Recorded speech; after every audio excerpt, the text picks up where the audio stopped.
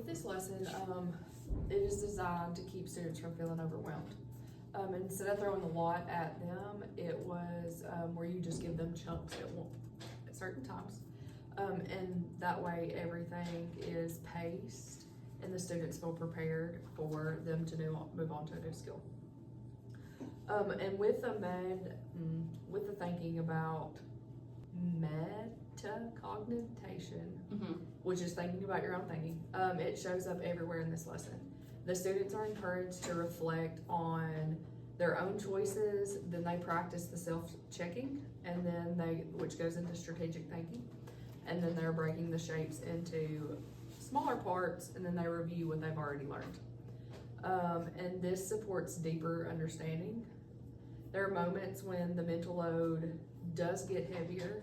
They read the problem, figure out which formula they want to use, then they decide what's missing, and then they do the math. There's a lot to juggle, so thankfully the scaffolds, which are going to be your videos, your formula sheet, and with teacher support, this takes the pressure off of the kids, and with the guidance, the videos, the repeated practice, they learn to walk through these tough moments by themselves, and then they trust themselves. The learning naturally unfolds in a thoughtful manner. This moves from what is the variable to deeper thinking, like how I should break the formula apart, and then that allows them to grow without feeling lost. This is such a motivation because it removes the pressure from memorizing the formulas with the formula sheet, and then that allows every student to be on the same playing field, and they can all learn at the same time. There's no pressure in having to memorize the formula and then what to do next, and this allows, this is a great tool instead of confusing rules.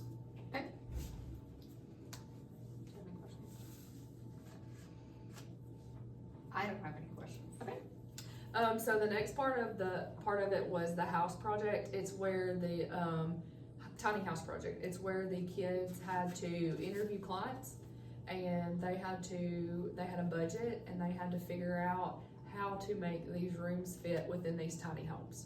So this used math to figure out the dimensions and the area and the perimeter to fit these rooms into tiny homes and stay within the budget.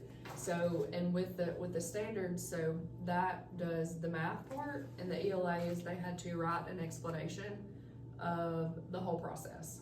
And so they had to interview the clients, and once they interviewed the clients told them what they wanted, and then their classmates gave them feedback on how they needed to change stuff, or they went over budget, they had some more money to spend, and that kind of thing.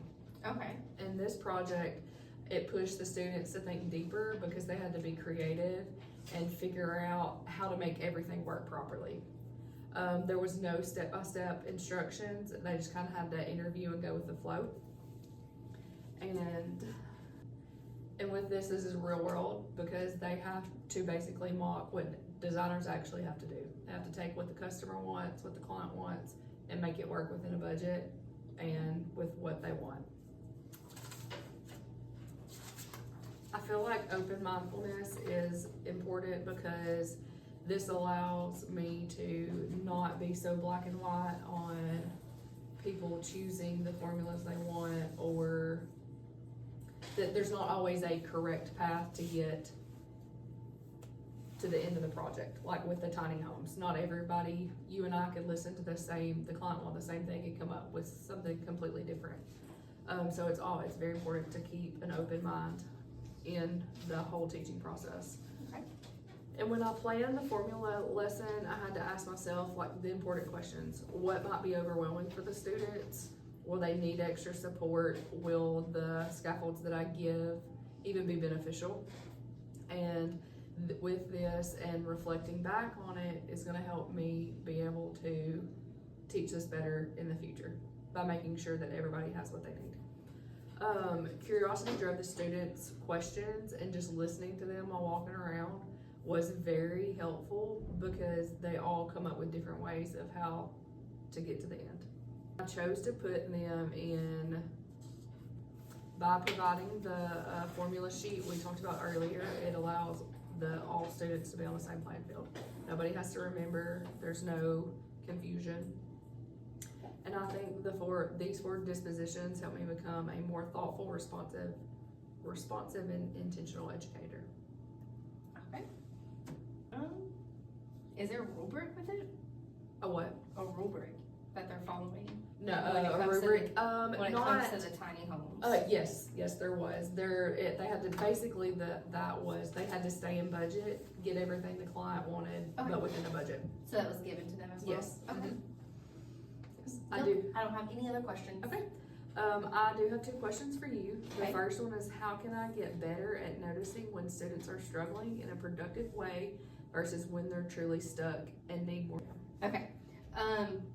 I would watch for persistence, experimentation, and problem solving on each of the kids. Like if the kid keeps providing thoughts and they're out loud and they're going through all the ideas, it's productive struggling versus if they just give up and make no progress. They're gonna need more support from you as an educator.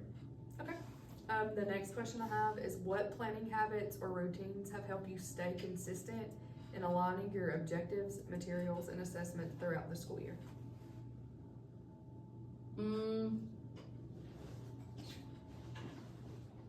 I would say just keep doing what you're doing and planning lessons around the clear objectives, reviewing them weekly, having a checklist or a simple tracker for activities and assessments that helps maintain alignment and consistency throughout the year.